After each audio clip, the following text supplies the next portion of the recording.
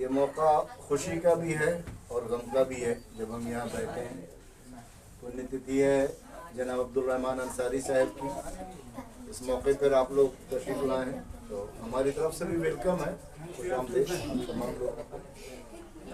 और ये एक ऐसा प्रोग्राम है जिसमें दीन दुनिया दोनों शामिल है। उनके लिए हम दुआ भी करते हैं कि अल्लाह उनकी कमियों को दूर करे और जन्नत में बेहतर मुकाम हासिल करे। और दुनियावी एतबार से ये है कि भारतीय मोमिन फ्रंट ने ये प्रोग्राम को, जिनका एक पहल है कि व्यवस्था परिवर्तन पे बात होनी चाहिए और एक कोशिश है एक ज़माने से व्यवस्था परिवर्तन होनी चाहिए और होनी भी चाहिए, इसमें भी कोई शक नहीं। देखिए, मेरी अपनी समझ ये है कि अगर कोई चीज़ गलत है तो ज़रूरी नहीं है कि हम कोशिश करेंगे कि हम लोगों को बताएं, लेकिन जो गलत है उसके लिए हम अकेले भी बैठेंगे तो वो गलत है। गलत के लिए, जैसे भारतीय मोमिन फ्रंट के राष्ट्रीय अध्यक्ष, बेसिकली मेरा खुशामद परस्ती मेरी आदत नहीं है, मैं कर नहीं पाता हूँ, लेकिन ये एक सच्चाई है कि डॉक्टर महबूब आलम साहब व्यवस्था परिवर्तन के लिए गलत को गलत कहने के लिए कोई उनके साथ आए या ना आए, वो खुद डटे हुए हैं, खड़े हुए हैं। और यही आंदोलन का तरीका भी है कि हमने जिस चीज़ को गलत समझा उसका हमने विरोध किया। कोई आता है अल्हम्दुलिल्लाह, नहीं आता है तो भी अल्हम्दुलिल्लाह, कोशिश रहती है। तो ये बेहद मुबारकबाद के मुस्तहिक हैं इनकी जद्दोजहद।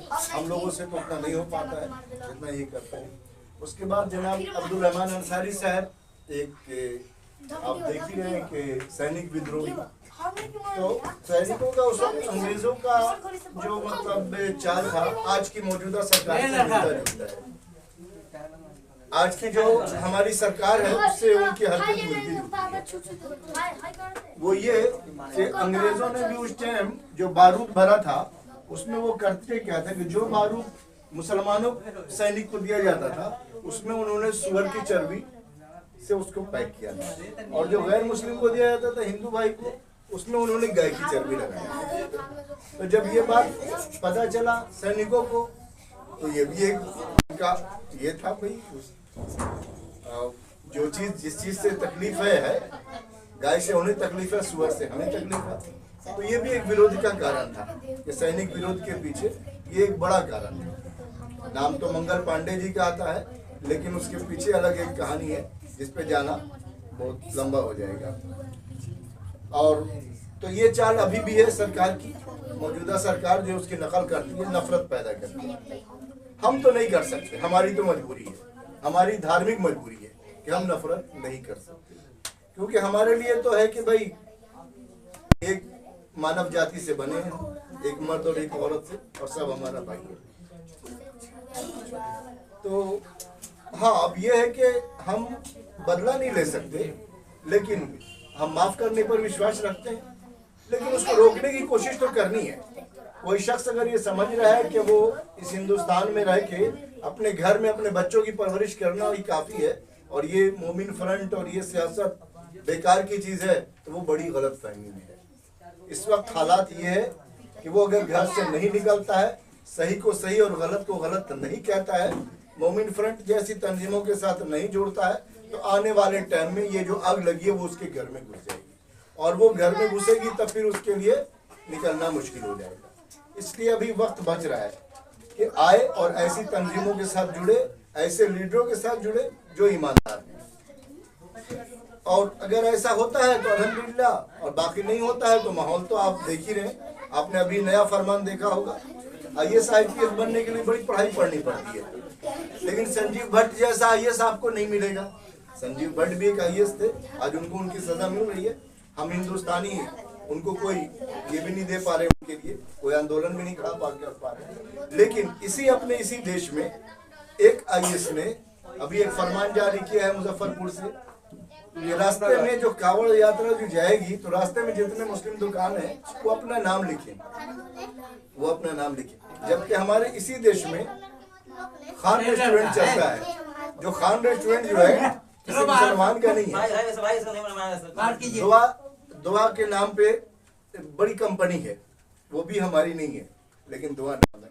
अल कबीर के नाम पे है, वो भी हमारी नहीं है, लेकिन हमें कभी विरोध भी नहीं है, क्योंकि हम चाहते हैं कि हमारे नाम से अगर कोई पलता फूलता है तो अल्हम्दुलिल्लाह अच्छा है, वो भी मानव जाति है, हमारा भाई है, उसको तरक्की करनी चाहिए। हम नफरत नहीं कर सकते, क्योंकि अगर हम नफरत करते हैं तो हमारी ज़िंदगी तो शुरू होगी मौत के बाद, ऊपर में हम पकड़ा जाएंगे। इसलिए हम नहीं कर सकते और करते भी नहीं है।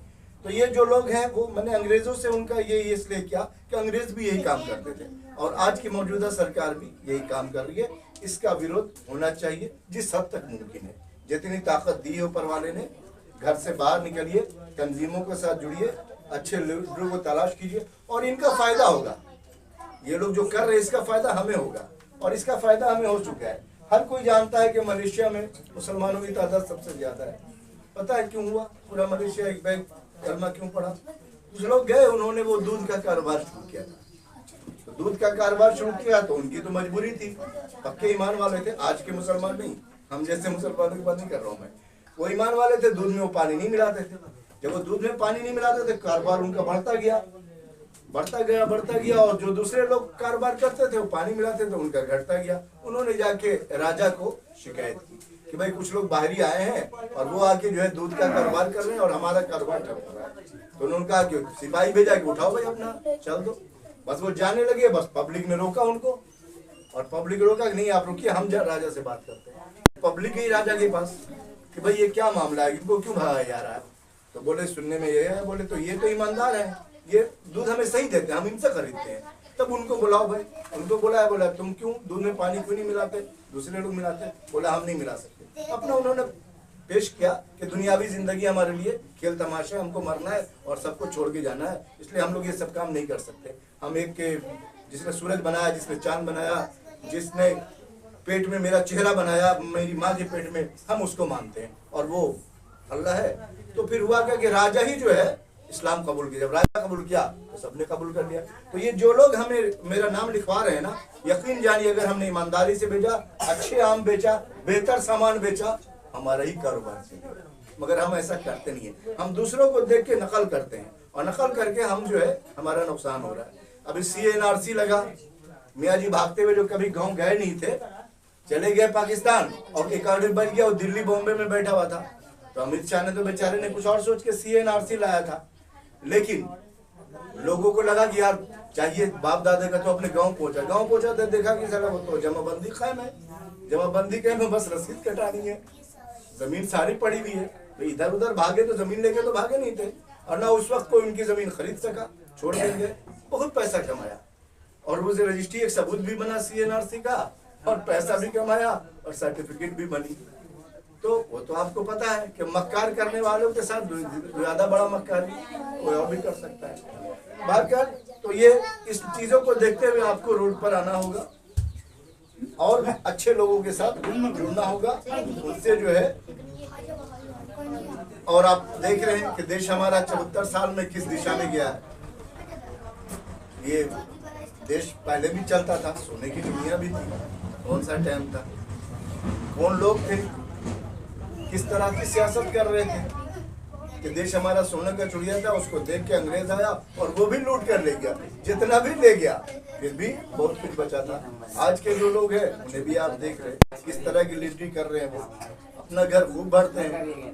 एक आदमी जिसके पास अहो पंडित जी खैनिया दहू ना, ये कॉल था जब वो मुख्यमंत्री बनते हैं, उनकी बीवी मुख्यमंत्री बनते हैं, उनके बेटा मुख्यमंत्री बनते हैं, एक ही परिवार के ऊपर सब कुछ होता है और उसके बाद जांच भी बैठती है और मिलता कुछ नहीं है, जबकि कई अरब के मालिक हैं। तो ये सारे लोग, ये सिर्फ वही नहीं है, इसके अलावा भी 1-2-3% ऐसी जाति है हमारे यहाँ जो मतलब हुकूमत करती चली आई है, IAS IPS बनती है, सरकार का हिस्सा रहती है और जो लोग चला रहे हैं, SP DM की बात कर ले, नेता के उनके अंदर भी कोई टैलेंट नहीं है। आप नजदीक से देखेंगे तो कोई अकल नहीं, बस वो डायरेक्शन के इंतजार करते हैं। एक ट्रेनिंग में था, ये उससे मेरी बात हुई कि भाई तुम जो है क्या कर रहे हो, तो बोला तो ट्रेनिंग में है तो कैसे, तो आगे क्या करोगे? बोला देखिए अगर मान लिया हिंदू मुसलमान लड़ाई हो गया या मुसलमान किसी हिंदू के दुकान को जला रहा है और हम चले गए वहाँ पे और हमको CM का फोन आ गया कि नहीं छोड़ दो, जलने दो, तुमको नहीं रोकना है, हम वापस आ जाएंगे, छोड़ देंगे। तो मैंने कहा तो गलत करोगा, क्या इसके हम करेंगे क्योंकि हमको सरकार की बात माननी है, हम सरकार का ये सोच है किसकी, एसपी और डीएम की। वो सरकार के हिस्सा इस हद तक है कि अपनी जिम्मेदारी इल्ला संजीव भट्ट, मैं संजीव भट्ट को अलग करके बात करूं है इसलिए। तो संजीव भट्ट एक मिसाल है, वो बहुत से लोग भी हैं दुनिया में जो मतलब इस तरह के करते हैं। तो कहने के लिए तो बहुत सारी बातें की जा सकती है और बात करना मकसद भी नहीं है। यह है कि हमारी कोशिश हो कि हम डॉक्टर महबूब आलम साहब के हाथों को मजबूत करें, भारतीय मोमिन फ्रंट को मजबूत करें। और वो तो हकदार हैं, अब्दुल क़य्यूम अंसारी साहब के लिए हमारा जो डिमांड है वो उसके हकदार है, वो उनको मिलना चाहिए। भारत अंतर के हकदार हैं, उनकी भी काफ़ी कुर्बानी रही है। आज जो हम यहाँ रुके इतना ज़्यादा अपना नुकसान करने के बाद भी जो हिंदुस्तान में 20% को सामान नज़र आ रहे हैं उसमें अब्दुल क़य्यूम अंसारी साहब का भी हाथ है। मौलाना अबुल कलाम आज़ाद के साथ साथ उनका भी रहा है कि नहीं हमें नहीं जाना है, ये भी दुनिया के देश का हिस्सा है। बाकी पाकिस्तान बनना तो एक अलग मसला था। पाकिस्तान किसको बना था कि उसमें मोहम्मद का कानून चलेगा, जो चला नहीं, जिस नक्शे में बना था वो बना नहीं। और अब हमारे देश की सियासत और पाकिस्तान की सियासत दोनों एक ही दिशा में चलती है। पाकिस्तान वहाँ के लोगों को बताता है कि नफरत करो हिंदुस्तान से, हिंदुस्तान हमें बताता है कि देखो तुम्हारा दुश्मन है। अरे भाई दुश्मन है तो एक बार चल के हासिल क्यों नहीं कर लेते? कारगिल शुरू तो हुआ था, कारगिल की भी अलग कहानी है, उसके अंदर जाएंगे तो बहुत सारी बातें सुनने में आती है जो हम बोल नहीं सकते हैं यहाँ पे। अगर वो इतना बुरा है तो फिर अब तक वो अलग क्यों है? वो हमारा हिस्सा क्यों नहीं बन सकता? हमारे पास तो ताकत है, उसको लाया जा सकता है, उसको भी ले सकते हैं, हम बांग्लादेश को भी ले सकते हैं। एक कर ले अगर हम कर सकते हैं तो हम तो इसके साथ हैं, हम पर्सनली इसका समर्थन करते हैं। क्यों बटे? जब हम कल एक थे तो आज क्यों बटे? बाहर कर मैं एक बार फिर आप तमाम लोगों का इस्तेमाल करते हुए इस मीटिंग में मुबारकबाद देते हुए और अल्लाह से दुआ करते हैं कि अब्दुल रहमान अंसारी साहब को अल्लाह पाक जन्नत में आला से आला मुकाम हासिल करे। और इस बात का भी आह्वान करते हुए कि घर से बाहर निकलना होगा, अपना वक्त देना होगा, अपना वक्त मोमिन फ्रंट जैसे तंजीमों को देना होगा, डॉक्टर महबूब आलम साहब जैसे देना होगा, तभी हम अपना और अपने देश का भला कर सकते हैं। इन्हीं बातों के साथ